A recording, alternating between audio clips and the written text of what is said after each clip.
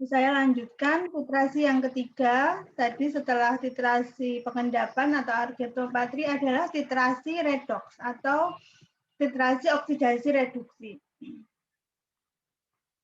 Kalau titrasi asam basa, itu yang terjadi pada reaktan, sampel, dan larutan standar adalah reaksi penetralan, karena asam ketemu basa. Gitu ya, jadi reaksi asam basa. Kemudian kalau titrasi pengendapan ya antara larutan standar dan sampelnya akan membentuk endapan. Nah, endapannya berwarna, ya. Endapannya berwarna.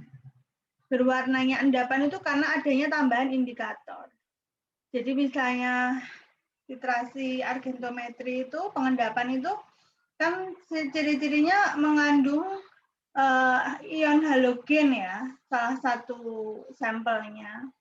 Nah, apa namanya, ditambah dengan larutan standar AgNO3, halogen itu dengan AgNO3 akan membentuk endapan, tapi warnanya endapannya putih. Nah, kita akan menghentikan titrasi ketika endapannya berwarna merah. Itu untuk argentometri ya. Nah, kalau ini reaksi oksidasi reduksi ini, titrasi oksidasi reduksi ini titrasi antara larutan standar dan sampelnya yang terjadi adalah reaksi redoks. Reaksi redoks itu ada kenaikan atau penurunan bilangan oksidasi. Ingat ya, bilangan oksidasi. Jadi antara oksidator dan antara reduktor. Gitu ya. Nah, kalau asam basa itu ada asid dimetri dan alkalimetri. Asid dimetri itu artinya pengasaman, larutan standarnya di atas. Kalau alkalimetri itu membuat basa, jadi alkali atau basanya di atas atau di sebagai larutan standar. Jadi asam basa itu ada asid dimetri dan alkalimetri. Kalau titrasi redoks itu ada oksidimetri.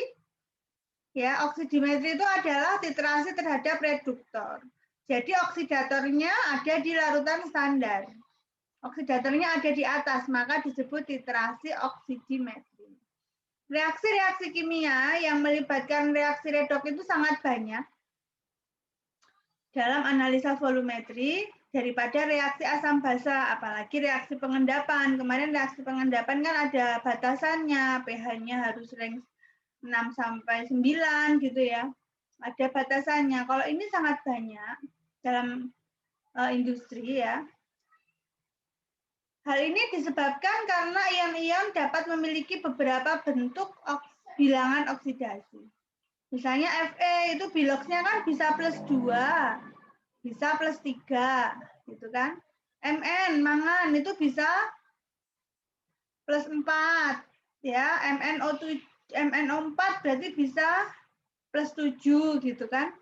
Biloks, masih ingat ya menghitung bilangan oksidasi? Ini contohnya nih. Ya, ini secara umum kan ada reduktor dan oksidator. Kalau asam basa, di sini asam, di sini basa, menjadi garam sama air, itu kalau asam basa.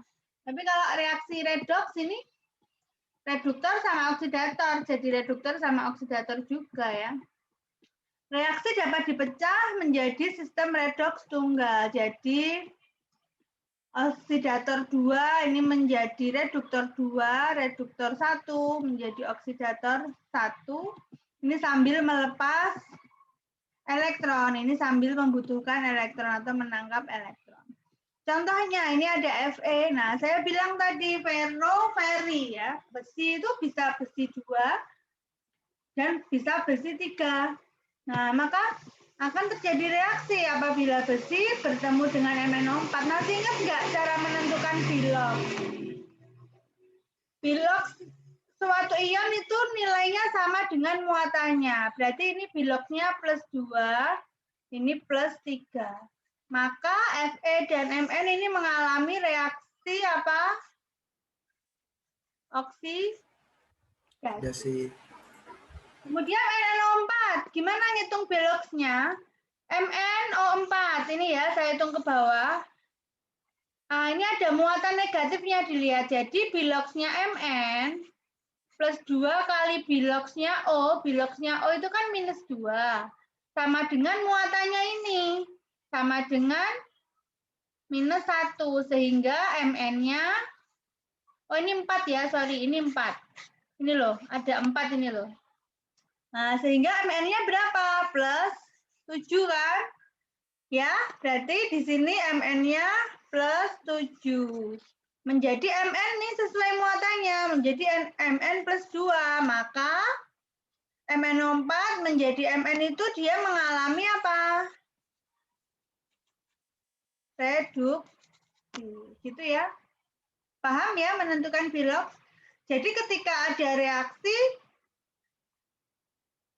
terjadi perubahan bilox, nah itu bisa dilakukan analisa volumetri dengan metode oksidasi reduksi, termasuk kategori titrasi redoks. Nah, ini adalah reaksi totalnya, yang ini, atau bisa kita pecah.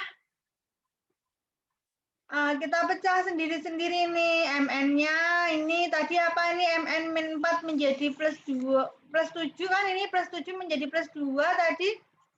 Jadi yang atas ini reaksi reduksi, yang bawah ini yang oksidasi. Untuk menentukan nilai delta E itu adalah ciri-cirinya E0 yang besar dikurangi E0 yang kecil, udah gitu aja. Atau E0 reduksi dikurangi E0 oksidasi. Reduksi kan yang atas ini. Jadi nilainya 1,51 kan yang besar minus 0,77 sehingga plus 2,28 nilai delta E-nya. Patokannya yang besar kurangi yang kecil.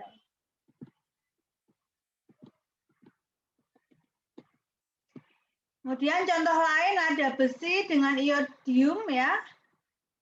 Nah, ini sesuai muatannya semua, ini gampang ya saya rasa. Nah, lihat ya, ini 3, ini 2, maka Fe apa? Reduksi. Ini minus 1, ini berapa? I2, biloxnya. 0. Ya, karena dia suatu unsur. Maka dia oksidasi ini ya, dari minus menjadi 0. Nah, sama nilai delta E-nya yang besar kurangi yang kecil. Yang besar itu 0,77 minus 0,27. Jawabannya 0,94.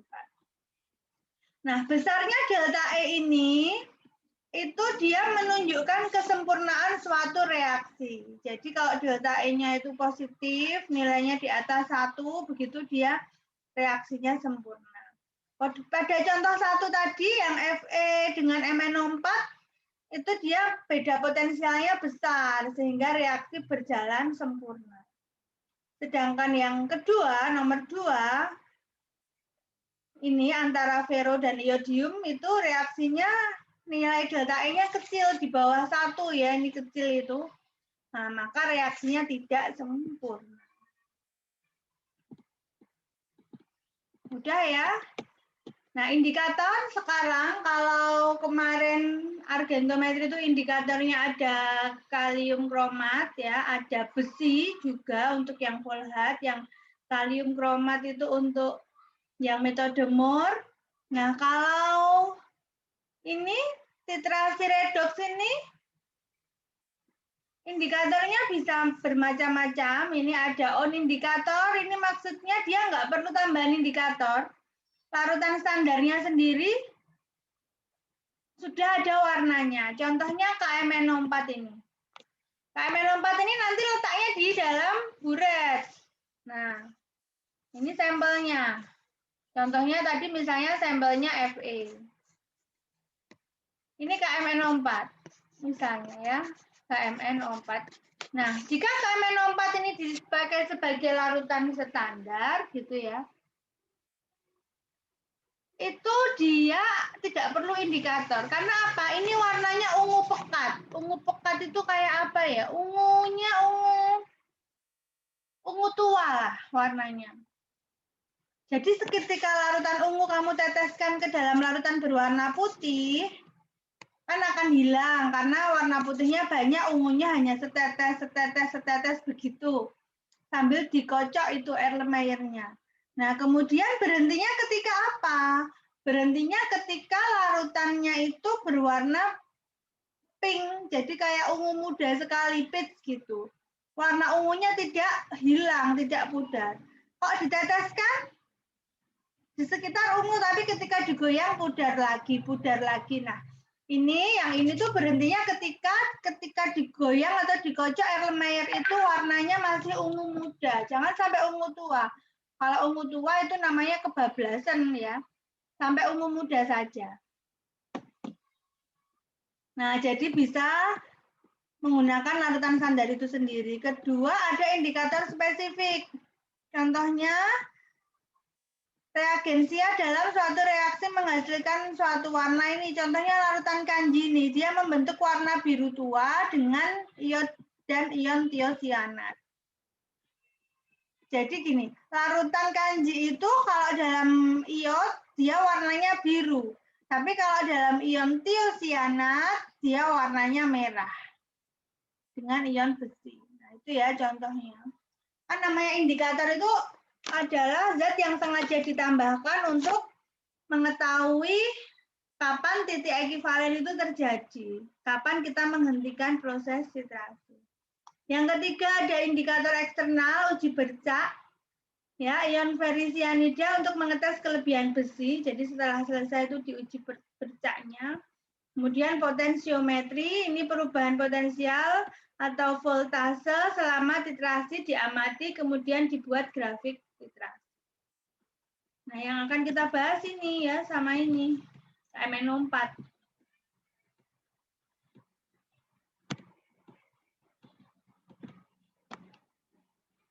Nah, pembagian titrasi redoks, tadi kan ada banyak macam ya, karena banyak titrasi yang mengalami reaksi redoks. Tapi yang akan kita bahas ini permanganometri, sama nanti sedikit iodo dan iodimetri. Ini dan ini. Ya, titrasi, oksidasi, dan reduksi. Permanganometri atau KMNO4. Yang pertama adalah titrasi permanganometri menggunakan larutan standar KMNO4 yang saya ceritakan tadi, warnanya ungu. Garam kalium permanganat tidak dapat diperoleh dalam keadaan murni. Ingat, kalau larutan standarnya itu diperolehnya tidak dalam keadaan murni, namanya larutan standar primer atau sekunder?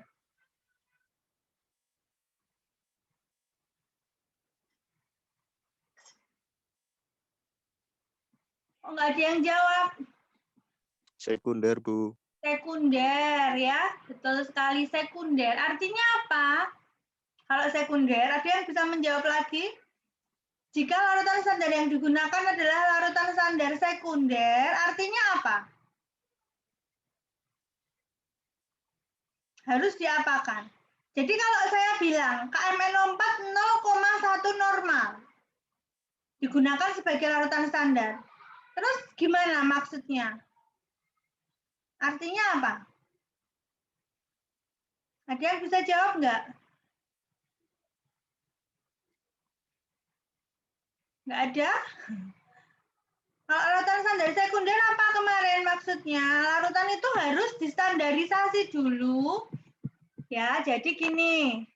KMNO4 ini kan tidak diperoleh dalam keadaan murni. Berarti dia bukan larutan standar primer ya, dia larutan standar sekunder si kalium permanganat itu. Maka ketika ada yang bilang ini kalium permanganat 0,1 normal, kamu nggak boleh langsung memakai angka 0,1 normal itu karena dia tidak primer. Maka harus apa? Harus standarisasi dengan larutan tentunya yang standar primer. Nah, jadi kalau diketahui misalnya 0,1 normal, bisa jadi konsentrasi sebetulnya 0,098 sekian gitu loh. Paham nggak? Karena si KMNO4 itu tadi tidak murni dibuatnya. Nah, kalau dia nggak murni, dikatakan 0,1 N, terus 0,1 normalnya itu kamu gunakan untuk menghitung konsentrasi sampel, ya tentunya akan ada banyak kesalahan. Karena belum pasti 0,1 normal itu, kita harus menstandarisasi dulu. Sebetulnya berapa toh konsentrasi KMNO4 itu? Nah, caranya dengan distandarisasi dengan larutan standar yang primer. Paham ya? Paham nggak? Paham atau enggak? Paham, Bu. Nah, sekarang kita membuat larutan KMNO4 dulu. Nih. Larutan KMNO4 itu tidak hanya bisa dilarutkannya dengan Aquades, tetapi kita menambahkan zat organik dalam air menyebabkan terjadinya perolehan ion. Ya. Jadi, MnO4 ditambah air menjadi MnO2 plus 3O2. Nah, larutan standar KMNO4 dibuat dengan cara melarutkannya dengan air panas, nggak cuma hanya sekedar dengan air dingin gitu, nggak. Menggunakan air panas, kemudian dididihkan. Kemudian setelah dingin, disimpan dalam gelas wall, gelas yang berwarna coklat. Biasanya ya. Itu pembuatannya. Nah, larutan KMNO4 standar dapat digunakan dalam suasana asam, basa maupun netral. Kalau dalam suasana asam, yaitu dengan tambahan H2SO4, berat ekuivalen KMNO4 itu menjadi 1/5. Valensinya 5 artinya. Maksudnya valensi KMNO4 itu sesuai dengan perubahan biloxnya. Ini Mn-nya tadi plus 7.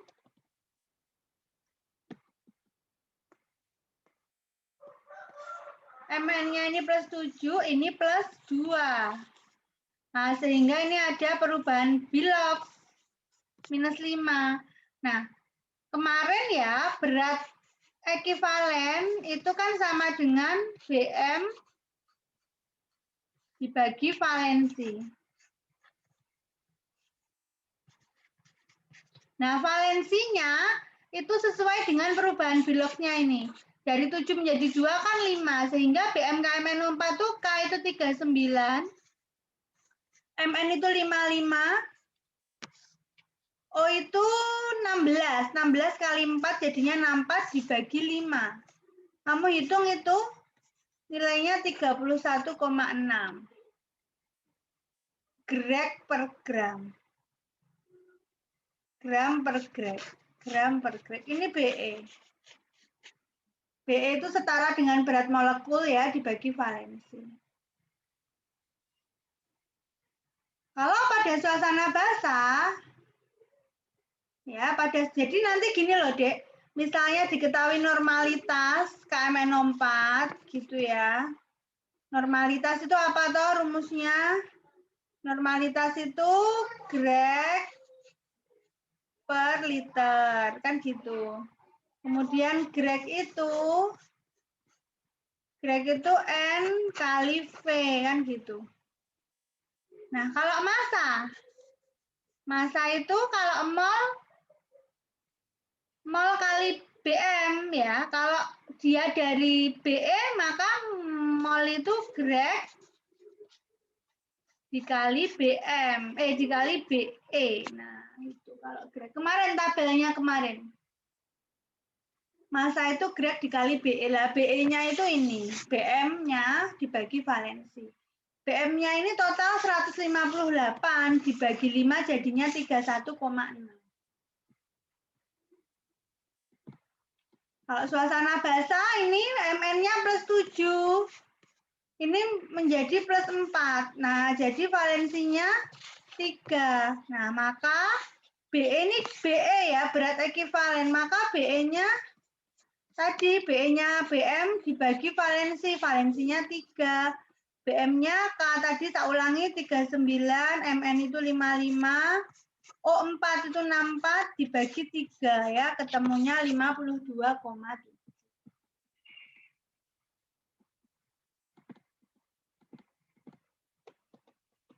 Nah, sekarang karena si KMNO4 itu adalah larutan standar yang tidak primer atau sekunder, ya, maka dia perlu distandarisasi dengan larutan standar yang primer.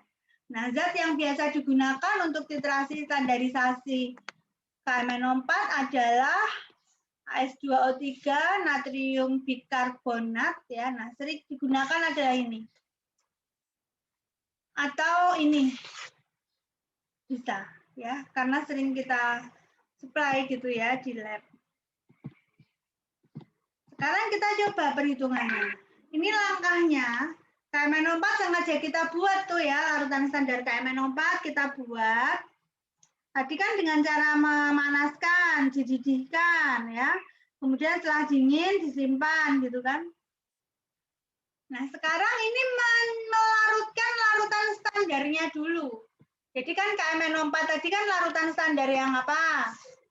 Ini kan larutan yang ini, larutan standar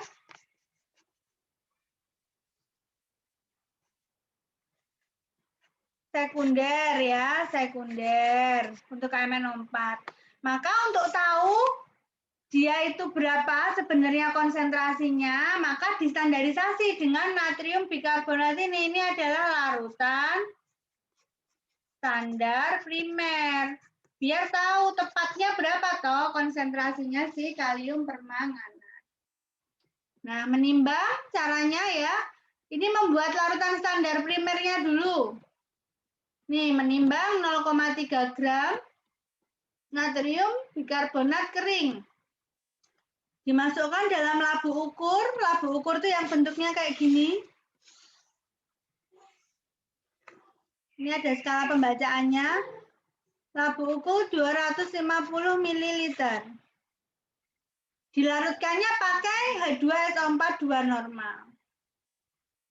Dari ini sampai 250 nih dilarutkannya. Paham? Nah, dari 250 yang dibuat ini diambil hanya 25 mili menggunakan pipet gondok. Pipet gondok itu kayak gini nih, ini ada karet penghisap. Oh, pipet gondok ini ada lengkungannya gini di sini. Nah, ini volumenya 25 mili, berarti ini ukurannya 25 mili. Jadi dari 250 ini diambil 25 mili, diletakkanlah dalam Erlenmeyer. 25 mili saja. Kemudian dititrasi. Nah, dititrasinya menggunakan KMNO4 yang akan kita tentukan tadi berapa konsentrasi sebenarnya KMNO4 itu. Kenapa kita bisa tahu? Karena si natrium bikarbonat ini kita sudah tahu konsentrasinya. Volumenya sudah tahu, 25 mili, konsentrasinya sudah tahu. Ini kamu hitung konsentrasinya dari 0,3 gram ini. Jadikan mol, berarti 0,3 dibagi BM. Kan jadi mol. Sebanyak 250 mili. Kan tahu konsentrasinya. Jadi yang bawah natrium bikarbonat tahu konsentrasi, normalitasnya, tahu volumenya. Yang KMNO4 seakan-akan tidak tahu dulu normalitasnya. Memang mau kita cek berapa sesungguhnya. Kemudian volume KMNO4 diperoleh dari percobaan. Ini berubahnya berwarna ungu muda kapan gitu loh. Paham nggak? Sehingga titrasi bisa kita ketahui titik akhirnya menggunakan rumus N1V1. N1V1 itu N1B1-nya Na2C2O4 ya, sama dengan N2V2-nya KMNO4. Kan yang akan kita pengen tahu kan ini. Ini akan kita pengen tahu berapa. Ini tahu ya dari 0,3 gram itu kamu ubah menjadi normalitasnya. Volumenya tahu 25 mili. Normalitasnya ini kita cari, volume ini dapat dari percobaan nanti. Berarti kita bisa tahu normalitas KMNO4. Mudeng apa mubeng? Paham apa enggak? Paham, Bu. Paham ya? Nah ini ya jawabannya tadi. Miligrade itu ya N kali V-nya Na2C2O4 sama dengan N kali V-nya KMNO4, gitu kan? Ya. Kenapa miligrade? Karena volumenya mililiter. Kalau volumenya liter ya grade-nya saja. Nah, volume rata-rata ini diperoleh, nah kita titrasinya itu 3 kali. Percobaan pertama berapa, kedua berapa, ketiga berapa, kita rata-rata. Percobaannya diperoleh VKMNO4. Nah, oke. Kita sekarang cari dulu nih, ini tadi berapa? Kan kamu melarutkan 0,3 gram larutan standar primer Na2C2O4. Tadi saya bilang massa dibagi BM. Itu diperoleh mol.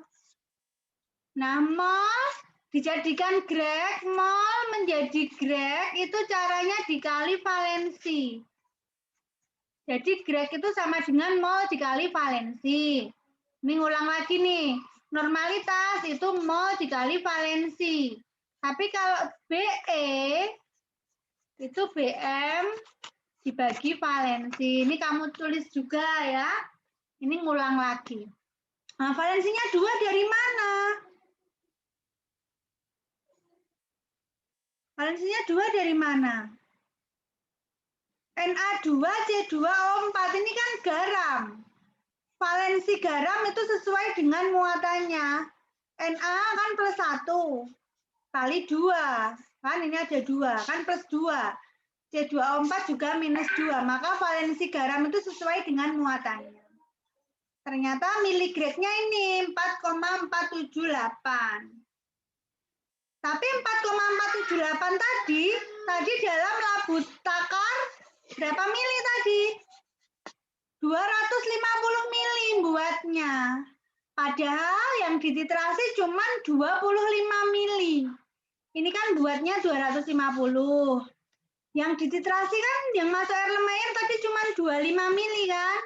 Nah, maka grade dalam 25 mili ya 25 per 250 kali 4,478. Jawabannya 0,4478. Nah, sehingga normalitasnya KMNO4 sama dengan N kali V-nya Na2C2O4, berarti ini tadi 0,4478, kan itu grade ya, N kali V grade, per volume KMNO4. Nah, ini ya, ini contoh perhitungannya. Ya, nggak boleh bingung ya, namanya titrasi itu semuanya N kali V1 sama dengan N kali V2.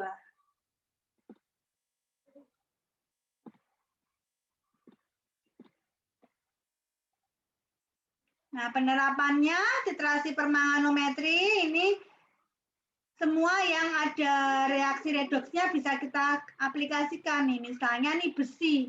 Besi itu kan biloxnya ada 2, plus 2 sama plus 3. Artinya dia bisa mengalami reaksi redoks. Berarti dia bisa dianalisa menggunakan titrasi redoks dengan larutan standar permanganometri.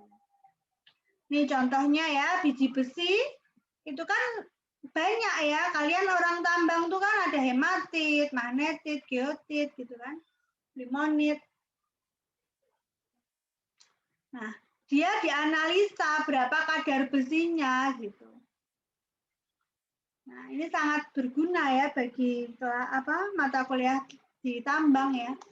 Jadi sebelum dititrasi dengan permanganat, besinya itu dipastikan dalam bentuk besi yang plus 2. Paham nggak? Karena kita itu gini, Dek, mau menganalisa berapa kadar besi dalam suatu mineral. Mineralnya macam-macam ini. Dengan cara direaksikan dengan reaksi redox. Artinya apa?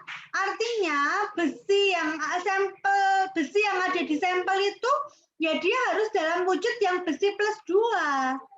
Biar dia bisa oksidasi menjadi besi plus 3 gitu loh. Tapi kalau dia sudah besi plus 3 ya nggak bisa kan gitu. Maka caranya nanti si sampel itu dilarutkan dalam suatu reduktor yang berlebih. Reduktor harus direduksi. Nah, jadi direduksi sengaja itu si besinya itu berlebih supaya besinya menjadi besi plus 2. Baru nanti kalau besinya plus 2 ditambah KMnO4. Nah, baru kita nanti bisa tahu berapa kadar besi dalam suatu sampel.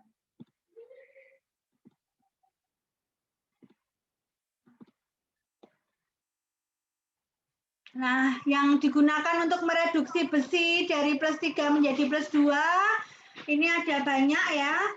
Bisa menggunakan reduktor Jones, ya, yaitu zinc amalgam atau dengan timah 2 klorida. Nih, intinya mereduksi nih. Intinya semua, kalau sampelnya sudah Fe plus 2 ya sudah, maksudnya nggak apa-apa, tapi tetap harus ditambah reduktor supaya memastikan Fe plus 3 menjadi Fe plus 2. Nah, ini menggunakan reduktor timah. Bisa juga menggunakan ini merkurium nih. Ya. Nah, ini si merkurium ini Hg-nya ini dari plus 2 menjadi plus 1. Ini kan direduksi juga. Jadi selain untuk menentukan kadar besi, bisa untuk ini ya, merkurium ini ya. Kemudian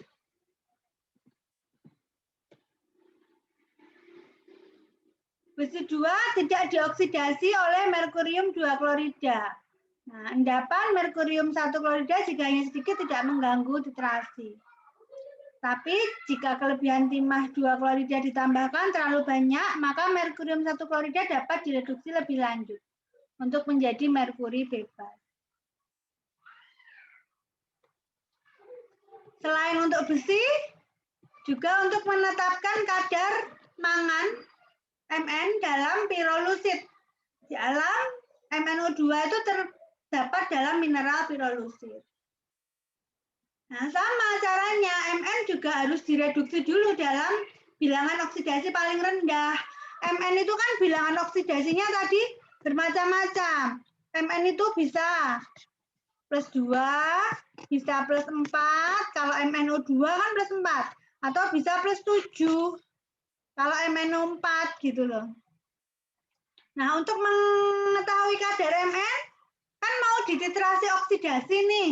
Nah, maka ya Mn-nya dibuat Mn yang biloxnya terendah dulu. Dengan cara diberi zat-zat pereduksi. Begitu loh, paham ya? Jadi direduksi di bilangan yang paling rendah ini, plus 2. Nah, contohnya ini Mn direduksi dengan besi. Ya, ini kan Mn-nya plus 4, menjadi plus 2.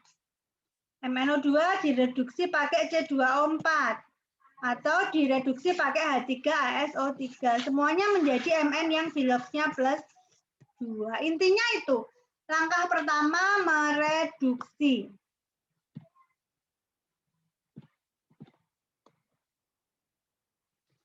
Nah, kemudian reaksi titrasi kelebihan reduktor adalah sebagai berikut. Kan reduktornya ada 3. Untuk MnO4 nih, lihat ya, untuk MnO4 kan reduktornya ada 3 macam. Besi, C2O4, sama H3ASO3. Reduktornya untuk memastikan ini semua tereduksi menjadi Mn yang biloxnya kecil plus 2, ini dibuat dalam bentuk berlebih. Dibuat dalam jumlah berlebih maksud saya. Nah, ini sama kayak full head. Kalau ini berlebih, ini habis, maka ini kelebihan ada sisa. Nah, sisanya reduktor itu dititrasi dengan larutan standar KMNO. Jadi yang dititrasi pakai, jadi ceritanya gini nih. Ulangin ya. Ini sampel. Sampel yang mengandung Mn. Mn kan bisa Mn plus 7 biloknya, bisa Mn plus 4, atau Mn plus 2. Sekalipun di sampel ini sudah ada Mn plus 2, kita kan nggak tahu. Tetap kita tambahkan reduktor. Reduktornya itu bisa 3 macam. Salah satu kamu pilih. Bisa Fe plus 2, bisa C2O42 minus, bisa H3ASO3. Ini kamu pilih salah satu saja. Ini akan berlebih. Ini akan habis. Kan di sini nih.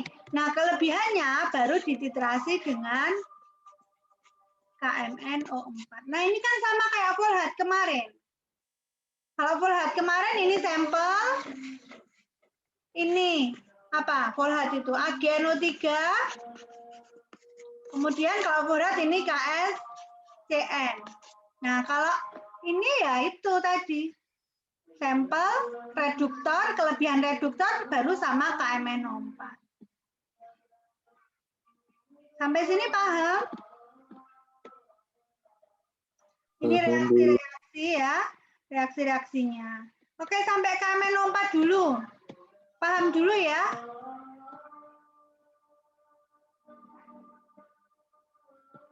Nah, adik-adik sekali lagi kamu kebagian yang teori ya, teori. Ini sudah saya recording ini akan saya berikan ke kelas lain. Nanti kelas lain akan saya berikan contoh soal perhitungan. Nah, tugas kalian setelah saya record contoh soal perhitungan, kalian secara mandiri belajar perhitungan permanganometri. Paham? Paham, Dek? Semuanya? Paham, Bu. Paham, Bu. Ya, jadi supaya Zoom-nya singkat saja, 40 menit cukup, tapi tugas kalian tetap harus ya, apalagi tentang perhitungan, contoh soal. Begitu ya. Saya akhiri pertemuan kita pada siang hari ini. Terima kasih atas perhatiannya, atas reschedule-nya dari kemarin menjadi tadi pagi, menjadi siang ini ya. Terima kasih sudah join, selamat belajar. Saya akhiri ya. Wassalamualaikum warahmatullahi wabarakatuh. Waalaikumsalam. Waalaikumsalam warahmatullahi wabarakatuh. Terima kasih, Bu. Terima kasih, Bu. Terima kasih, Bu.